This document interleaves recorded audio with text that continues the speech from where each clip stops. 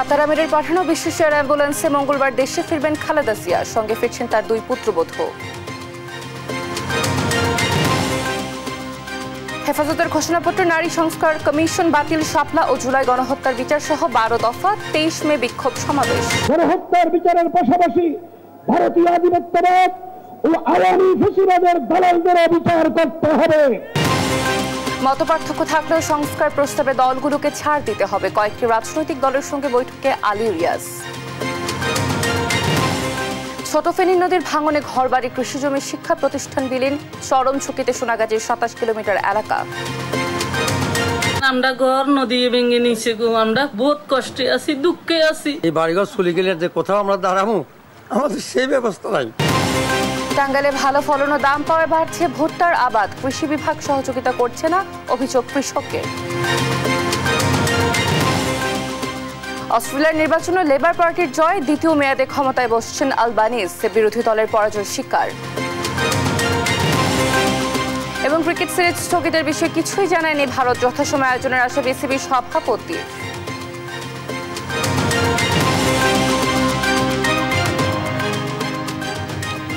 দেখছিলেন শিরোনামগুলো, সংবাদ সকালে আপনাদের সঙ্গে রয়েছি আমি অতসী সেন। এবারে বিস্তারিত। সোমবার কাতার আমিরের পাঠানো বিশেষ অ্যাম্বুলেন্সে করে দেশের উদ্দেশ্যে রওনা দেবেন বিএনপি চেয়ারপারসন বেগম খালেদা জিয়া।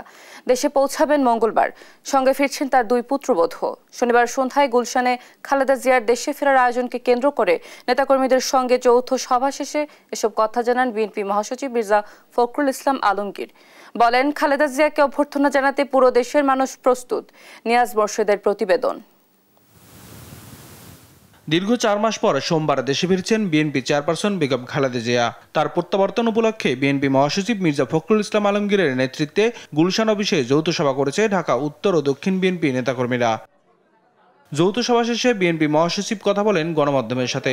বলেন, খালেদা জিয়া শারীরিকভাবে সুস্থ রয়েছেন, তাই দেশে আসার সিদ্ধান্ত নিয়েছেন। এবং প্রতিদিন তার অবস্থার উন্নতি হয়েছে। একদিকে আপনার একটা ভালো পরিবেশ, বিশেষ করে পারিবারিক পরিবেশে, এবং একই সঙ্গে পরীক্ষা নিরীক্ষার মধ্য দিয়ে তার কিছুটা উন্নত চিকিৎসার মধ্য দিয়ে তিনি আল্লাহর অশেষ রহমতে আগের চাইতে অনেক সুস্থ বোধ করছেন। সেই কারণেই তিনি সিদ্ধান্ত নিয়েছেন যে তিনি এখন দেশে ফিরে আসবেন। সোমবার কাতারের আমিরে পাঠানো একটি বিশেষ এয়ার অ্যাম্বুলেন্সে করে আসবেন বলেও জানান বিএনপি মহাসচিব। যে বিমানে তিনি গেছেন, অর্থাৎ আপনার কাতারের রয়্যাল অ্যাম্বুলেন্স, সেই অ্যাম্বুলেন্সের ফ্লাইটেই তিনি আমাদের দেশে আমাদের মাঝে আবার ফিরে আসবেন। মির্জা ফখরুল বলেন, বেগম খালেদা জিয়াকে অভ্যর্থনা জানাতে শুধু দলীয় নেতাকর্মী নয়, পুরো দেশের মানুষ প্রস্তুত রয়েছে। দেশপ্রেমিক মানুষ আজকে তারা অত্যন্ত উৎসাহিত, উজ্জীবিত যে তাদের প্রিয় নেত্রী দেশে ফিরে আসবেন এবং তাকে প্রপার অভ্যর্থনা জানানো, এটা আমাদের নৈতিক দায়িত্ব। শুধু বিএনপি নয়, সারা দেশের মানুষ আজকে তাকে সেই অভ্যর্থনা জানাতে প্রস্তুত হয়ে আছে। খালেদা জিয়ার সাথে তার দুই পুত্রবধূ দেশে ফিরবেন বলেও জানান তিনি। নিয়াজ মোর্শেদ, দেশ টিভি, ঢাকা। নারী সংস্কার কমিশন বাতিল সহ 4 দফা দাবিতে আয়োজিত মহাসমাবেশ থেকে 12 দফা ঘোষণাপত্র দিয়েছে হেফাজতে ইসলাম। শনিবার সোহরাওয়ার্দী উদ্যানের সভামঞ্চে ঘোষণাপত্র পাঠ করেন সংগঠনের নায়েবে আমির মাওলানা মাহফুজুল হক। এ সময় নারী সংস্কারের নামে কোরআনকে কটাক্ষ করা হয়েছে দাবি করে জড়িতদের বিচার দাবি করেন যুগ্ম মহাসচিব মামুনুল হক। দাবি আদায়ে 23 মে সারা দেশে বিক্ষোভ সমাবেশের ঘোষণা দেওয়া হয়। মোহাম্মদ আলাউদ্দিনের রিপোর্ট। 2013 সালে রাজধানীর শাপলা চত্বরে হেফাজতে ইসলামের নেতাকর্মীদের হত্যার বিচার, নারী সংস্কার কমিশনের প্রতিবেদন বাতিল সহ 4 দফা দাবি এবং 12 দফা ঘোষণাপত্র দিয়েছে হেফাজতে ইসলাম। শনিবার রাজধানীর সোহরাওয়ার্দী উদ্যানে মহাসমাবেশে এই দাবিগুলো তুলে ধরেন সংগঠনটির নায়েবে আমির মাওলানা মাহফুজুল হক। জানান, নারী বিষয়ক সংস্কার কমিশন ও কোরআন বিরোধী প্রতিবেদন দ্রুত বাতিল করতে হবে। সেই সঙ্গে শাপলা চত্বর ও জুলাই গণহত্যার বিচারে গতি আনতে ট্রাইব্যুনালের সক্ষমতা বৃদ্ধিরও দাবি জানান তিনি। নারী বিষয়ক সংস্কার কমিশন ও তাদের কোরআন বিরোধী প্রতিবেদন অবিলম্বে বাতিল পূর্বক আলেম ওলামার পরামর্শক্রমে ধর্মপ্রাণ বৃহত্তর নারী সমাজের প্রতিনিধিদের অন্তর্ভুক্ত করে নতুন কমিশন গঠন করতে হবে। এ সময় নারী সংস্কারের নামে কোরআনকে কটাক্ষ করেছে নারী বিষয়ক কমিশন বলে দাবি করেন হেফাজতে ইসলামের যুগ্ম মহাসচিব মামুনুল হক। বলেন, দেশের সংখ্যাগরিষ্ঠ মানুষের ধর্মীয় অনুভূতিতে আঘাত করার অপরাধে তাদের শাস্তি দিতে হবে। নারী সংস্কারের নামে আল্লাহর কোরআনকে, ইসলামকে যে কটাক্ষ করা হয়েছে, ধর্মীয় উত্তরাধিকার বিধান, পারিবারিক বিধানকে নারী পুরুষের মধ্যে বৈষম্যের প্রধান কারণ বলে আখ্যায়িত করে বিতর্কিত নারী বিষয়ক কমিশন এদেশের সংখ্যাগরিষ্ঠ মানুষের ধর্মীয় অনুভূতিতে আঘাত প্রদান করেছে। ধর্মীয় অনুভূতিতে আঘাত প্রদান করবার অপরাধে তাদের বিরুদ্ধে আমরা রাষ্ট্রের শাস্তিমূলক ব্যবস্থা দেখতে চাই। এর আগে হেফাজতে ইসলামের সভাপতি মহিবুল্লাহ বাবুনগরীর পক্ষে লিখিত বক্তব্য পড়েন দলটির যুগ্ম মহাসচিব মাওলানা আজিজুল হক। বলেন, গণহত্যাকারী ফ্যাসিস্ট আওয়ামী লীগের সব সন্ত্রাসী কার্যক্রমের বিচার নিশ্চিত করতে হবে। গণহত্যার বিচারের পাশাপাশি ভারতীয় আধিপত্যবাদ ও আওয়ামী ফ্যাসিবাদের দালালদেরও বিচার করতে হবে। এ সময় আগামী 3 মাসের মধ্যে বিভাগীয় সম্মেলন এবং 23 মে 4 দফা দাবিতে দেশব্যাপী বিক্ষোভ কর্মসূচির ঘোষণা দেয় হেফাজতে ইসলাম। মোহাম্মদ আলাউদ্দিন, দেশ টিভি, ঢাকা। আলেম সমাজ ঐক্যবদ্ধ থাকলে দেশ পথ হারাবে না বলে মন্তব্য করেছেন আমার দেশ সম্পাদক মাহমুদুর রহমান। নারী কমিশনের মতো অপ্রয়োজনীয় সংস্কার কমিশন বাতিলের দাবিও জানান তিনি। আর শাপলা ও জুলাই হত্যাকাণ্ডের জন্য আওয়ামী লীগকে দায়ী করে দলটিকে নিষিদ্ধের দাবি জানান এনসিপির মুখ্য সংগঠক হাসনাত আব্দুল্লাহ। আরও জানাচ্ছেন ফাহিম ইউসুফ। 4 দফা দাবিতে হেফাজত ইসলামের মহাসমাবেশে অংশ নেন বিভিন্ন রাজনৈতিক ও অরাজনৈতিক সংগঠনের প্রতিনিধি ও বিশিষ্টজনরা। এ সময় দৈনিক আমার দেশ সম্পাদক মাহমুদুর রহমান বলেন, আলেম সমাজ ঐক্যবদ্ধ থাকলে দেশ পথ হারাবে না। 2013 সালের 5 মে শাপলা চত্বরে চালানো গণহত্যার জন্য শেখ হাসিনার বিরুদ্ধে মামলা করার আহ্বানও জানান তিনি। বাংলাদেশের আলেম সমাজ যদি ঐক্যবদ্ধ থাকে তাহলে বাংলাদেশের স্বাধীনতা কেউ ছিনিয়ে নিতে পারবে না। নারী কমিশন করবার জন্য জুলাই বিপ্লবের তরুণেরা জীবন দেয় নাই, তারা জীবন দিয়েছিল বাংলাদেশকে ফ্যাসিবাদ মুক্ত করবার জন্য, বাংলাদেশ থেকে ভারতীয় আগ্রাসনবাদ মুক্ত করবার জন্য। আর শাপলা চত্বরের শহীদদের তালিকা প্রকাশের জন্য হেফাজতে ইসলামের প্রতি আহ্বান জানান এনসিপির দক্ষিণাঞ্চলের মুখ্য সংগঠক হাসনাত আব্দুল্লাহ। বলেন, আওয়ামী লীগকে 5 আগস্ট জনগণ লাল কার্ড দেখিয়েছে, তাই দলটির পুনর্বাসনের চেষ্টা মেনে নেওয়া হবে না। শাপলায় যে হত্যাকাণ্ড হয়েছে, আমরা আপনাদের কাছে অনুরোধ জানাবো, এই শাপলা হত্যাকাণ্ডে যারা শহীদ হয়েছে আজকের এই মঞ্চ থেকে এই শহীদের লিস্ট আপনারা জাতির সামনে প্রকাশ করুন। সমাবেশে ধর্ম অবমাননাকারীদের বিরুদ্ধে ব্লাসফেমি আইন পাশের দাবি জানান আলোচিত ইসলামী বক্তা ডক্টর এনায়েতুল্লাহ আব্বাসী। নারী বিষয়ক সংস্কার কমিশনকে বিতর্কিত আখ্যা দিয়ে জড়িতদের আইনের আওতায় আনার দাবিও জানান তিনি। ব্লাসফেমি আইন করতে হবে, freedom of expression, freedom of speech, বাক স্বাধীনতার নামে ইসলাম বিরোধিতা যেই করবে তাকে আইনের আওতায় আনতে হবে। সমাবেশে কোরআন সুন্নাহ বিরোধী কোনো নারী নীতি না নেয়ার জন্য সরকারের প্রতি আহ্বান জানান বিশিষ্টজনরা। ফাহিম ইউসুফ, দেশ টিভি, ঢাকা। জাতীয় নির্বাচন আগামী বছরের ফেব্রুয়ারি বা এপ্রিল মাসে করার পরামর্শ দিয়েছেন জামায়াত ইসলামীর আমির ডাক্তার শফিকুর রহমান। শনিবার সকালে রাজধানীর মগবাজারে আলফালা মিলনায়তনে জামায়াতের জেলা ও মহানগর আমির সম্মেলন উদ্বোধন অনুষ্ঠানে কথা বলেন তিনি। জানান, নারী সংস্কার নিয়ে কিছু সুপারিশ করা হয়েছে যা মোটেও সমর্থনযোগ্য নয়। মুসলমানের দেশে কিভাবে এই ধরনের একটা কমিশন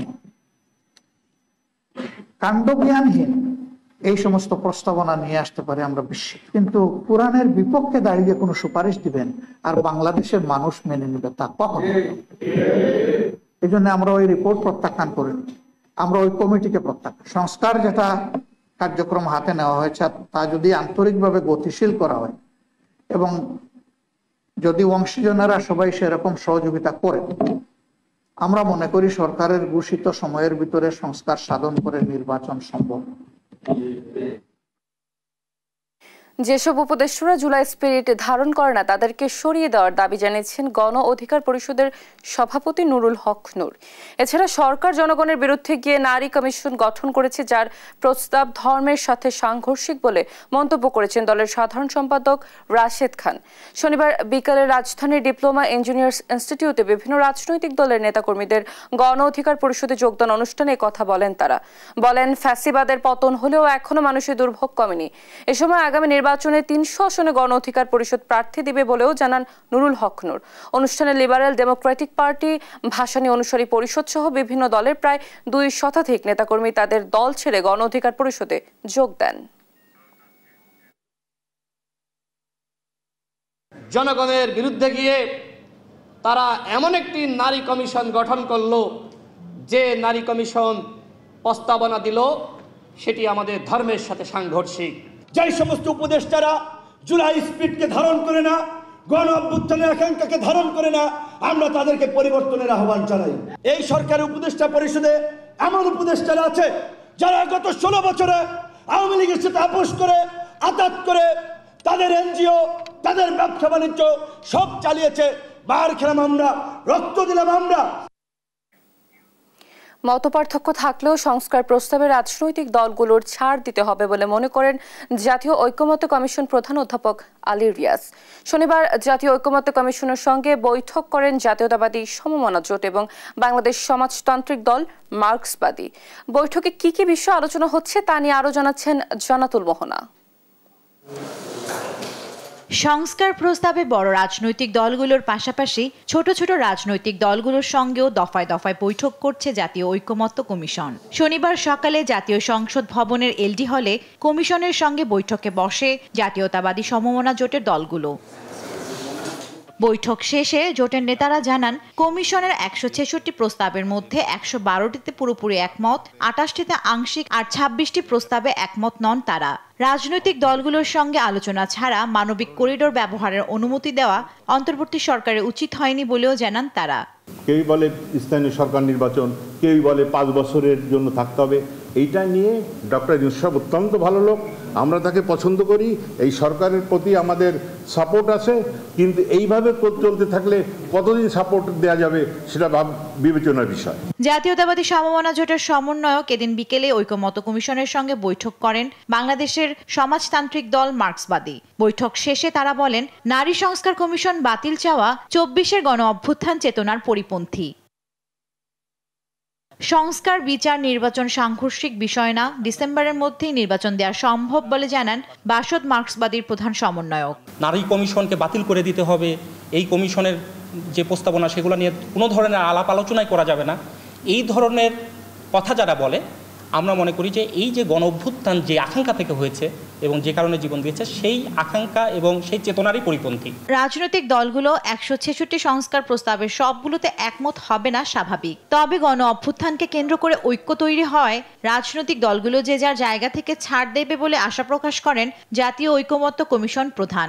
আমাদেরকে এক জায়গায় আসতে হবে, এর অর্থ এই নয় যে সকল বিষয়ে আমাদের সব বিষয়েই আমরা একমত হতে পারবো, কিন্তু যেগুলো রাষ্ট্র বিনির্মাণের জন্য, পুনর্গঠনের জন্য প্রয়োজন, গণতান্ত্রিক ব্যবস্থা, জবাবদিহির ব্যবস্থা তৈরির জন্য প্রয়োজন, সেখানে আমরা আশা করি যে আমরা একমত হতে পারব।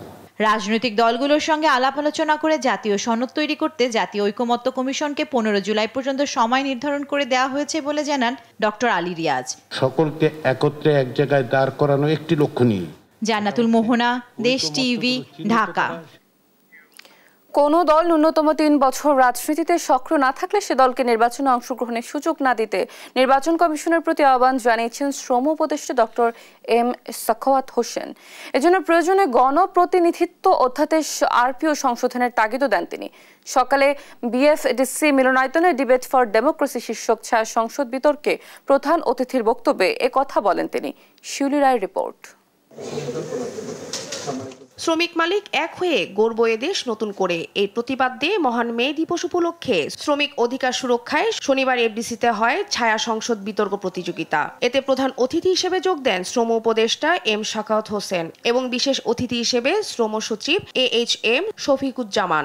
বিতর্ক প্রতিযোগিতায় মাননীয় প্রধান অতিথি এই সময় শ্রম সচিব AHM শফিকুজ্জামান নতুন দেশ গড়তে শ্রমিকদের অধিকার বাস্তবায়ন করতে হবে উল্লেখ করে জানান 2006-এর শ্রম আইন আমেন্ডমেন্টের শেষ পর্যায়ে কাজ চলছে। আমরা এখন নতুন একটি দেশের স্বপ্ন দেখছি এবং এই নতুন দেশ গড়া তখনই সম্ভব হবে অর্থাৎ যে শ্রমিকের যে অধিকারের প্রশ্ন, এটি যখন আমরা সেই অধিকারটি যখন বাস্তবায়ন করতে পারবো তখনই কিন্তু এই নতুন দেশ গড়া সম্ভব। অনুষ্ঠানে শ্রম উপদেষ্টা বলেন মালিক পক্ষের রাজনৈতিক সম্পৃক্ততা থাকায় এখনো আদায় হয়নি শ্রমিকের অধিকার। বিগত সংসদে 67 to 70% ছিল ব্যবসায়ী, যার এই অর্গানাইজেশন হেড তিনি আবার ওই পলিটিক্যাল পার্টির হেড, অথবা তিনি এমপি হয়েছেন অথবা তিনি চেয়ারম্যান কোনো কিছু, therefore total conflict of interest. এই সময় নির্বাচন ও রাজনৈতিক নিয়েও মত দেন শ্রম উপদেষ্টা ও সাবেক নির্বাচন কমিশনার এম শাখাওয়াত হোসেন।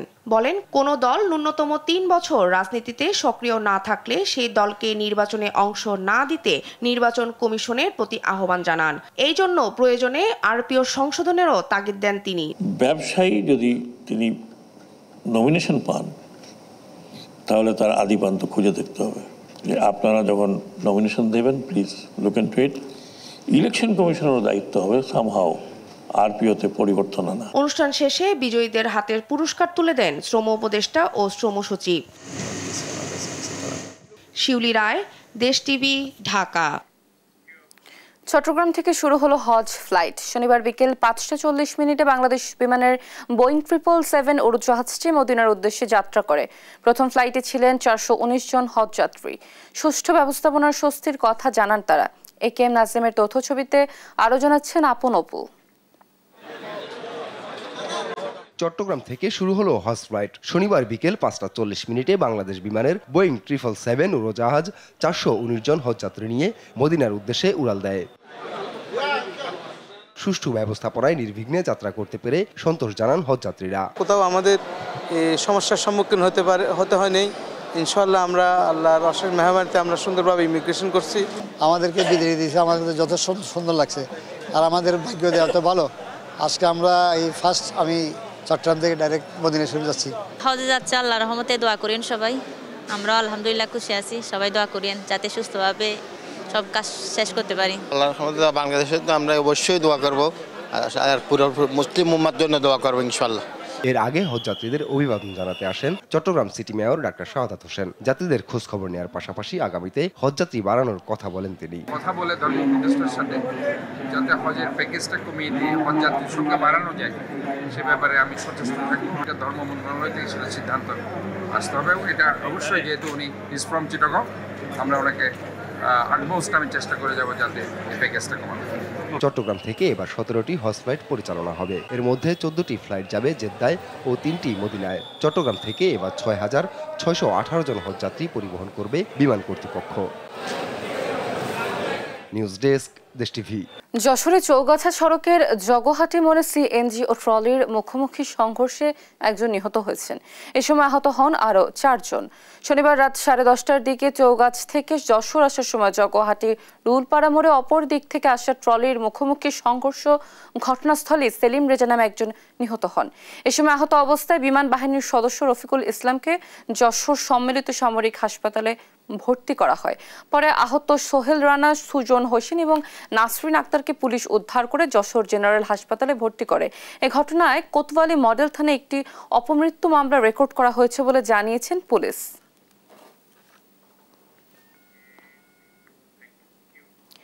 ছোট ফেনী নদীর 2 তীরের ভাঙনে চরম ঝুঁকিতে সোনাগাজী উপজেলার প্রায় 27 কিলোমিটার এলাকা।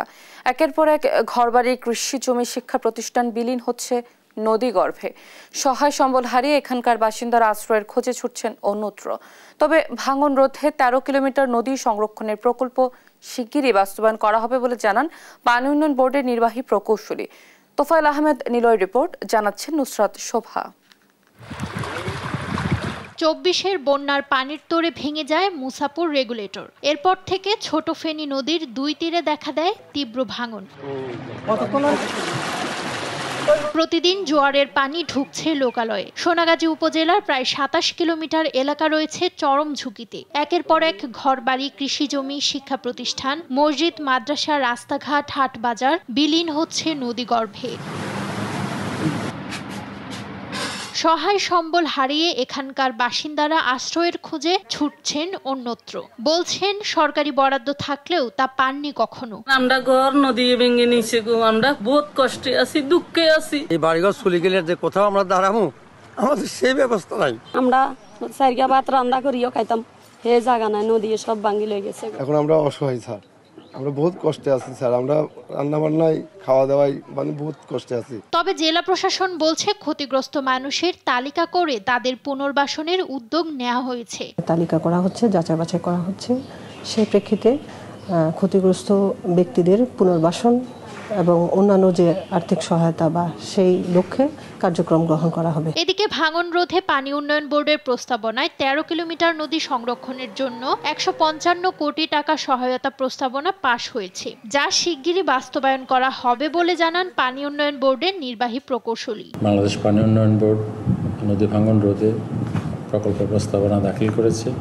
বিশ্বব্যাংকের আর্থিক সহায়তায় Bangladesh sustainable recovery emergency preparedness strong প্রকল্পে 13 কিলোমিটার নদীতে সংরক্ষণের জন্য 155 কোটি টাকার প্রস্তাবনা রয়েছে। স্থায়ী ভাঙন রোধে দ্রুত মুসাপুর রেগুলেটর পুনর্নির্মাণের দাবি স্থানীয়দের। নিউজ ডেস্ক, দেশ টিভি। টাঙ্গাইলে ভালো ফলন ও দাম পাওয়ায় প্রতি বছর বাড়ছে ভুট্টার আবাদ। এবার কৃষকদের মুখে ফুটেছে হাসি। তবে কৃষি বিভাগের বিরুদ্ধে উঠেছে অসহযোগিতার অভিযোগ। যদিও অভিযোগ অস্বীকার করে কৃষি কর্মকর্তা বলছেন, প্রান্তিক পর্যায়ে দেয়া হয়েছে বিনামূল্যে বীজ, সার ও পরামর্শ। সহকর্মী অভিজিৎ ঘোষের তথ্যছবিতে জানাচ্ছেন সালমা জাহান। এখন চলছে ভুট্টা মৌসুম, তাই টাঙ্গাইলের মাঠ জুড়ে ছেয়ে আছে ভুট্টা আবাদে। সবুজ পাতার আড়ালে লুকিয়ে আছে মোচা, চারদিকে ছড়াচ্ছে ভুট্টার ঘ্রাণ। মাঠে মাঠে চলছে ভুট্টা কাটার ধুম। ফসল সংগ্রহে এখন ব্যস্ত চাষিরা। ভুট্টা কাটা, মাড়াই, শুকানো ও ঘরে তোলায় কাজ করছেন তারা। কৃষি বিভাগের তথ্য বলছে, গেল 5 বছরের ব্যবধানে জেলায় ভুট্টার আবাদ বেড়েছে প্রায় 60%। অন্যান্য ফসলের তুলনায় এটির উৎপাদন খরচ কম ও লাভজনক হওয়ায় চাষে ঝুঁকছেন অনেকে। এছাড়াও ভুট্টা গাছ গোখাদ্য ও জ্বালানি হিসেবেও ব্যবহার করা হয়। তবে কৃষি বিভাগ থেকে কোনো সহযোগিতা না পাওয়ার অভিযোগ চাষিদের। নিজেরাই সবকিছু করলাম, বোনা থেকে শুরু করে নিরান কন সবকিছু নিজেরা দুজনেই করছি। তখন কিছু আল্লাহ দিব, সরকার থেকে যদি কৃষি থেকে যদি একটু সহযোগিতা করতো, ভালো একটু ফসল পাইতাম। আবাদ করছি, এই 20% জায়গায় আমার খরচ গেছে 12,000 টাকা। তাতে অনুমানিক আমি ভুট্টা পাবো 18 মনের মতো, আনুমানিক তো 20-22 হাজার টাকার পাবো। যদিও চাষিদের অভিযোগ অস্বীকার করে কৃষি কর্মকর্তা বলছেন, জেলায় প্রায় 1,500 প্রান্তিক কৃষকদের প্রণোদনা দেওয়ার পাশাপাশি দেওয়া হয়েছে সার্বিক পরামর্শ। কৃষি সম্প্রসারণ দপ্তর কৃষকদেরকে পরামর্শ দিয়ে যাচ্ছি। তাদেরকে আমরা প্রায় এই বছর টাঙ্গাইল জেলাতে 1500 কৃষককে প্রণোদনা দেওয়া হয়েছে। বিভিন্ন প্রকল্পের আওতায় তাদেরকে প্রদর্শনী দেওয়া হচ্ছে ভুট্টার। এগুলোও তাদেরকে ভুট্টা চাষে উদ্বুদ্ধ করছে। আমরা কৃষি অফিস থেকে তাদেরকে বিভিন্ন রোগবালাই, পোকামাকড়, তার ভুট্টা যেই চাষাবাদের যে পুরো টাইমটাতেই তাদেরকে বিভিন্ন পরামর্শ আমরা তাদেরকে দিয়ে যাচ্ছি। এদিকে অর্থনীতিবিদরা বলছেন, ভুট্টা চাষ বাড়লেও অন্যান্য ফসল উৎপাদনের তেমন কোনো ক্ষতি হবে না। উল্টো প্রান্তিক কৃষকদের আর্থসামাজিক অবস্থার উন্নতি হবে। নিম্ন আয়ের মানুষের যে চাহিদাগুলা, আমিষের চাহিদা এবং অন্যান্য চাহিদাও কিন্তু পূরণ করা যাচ্ছে।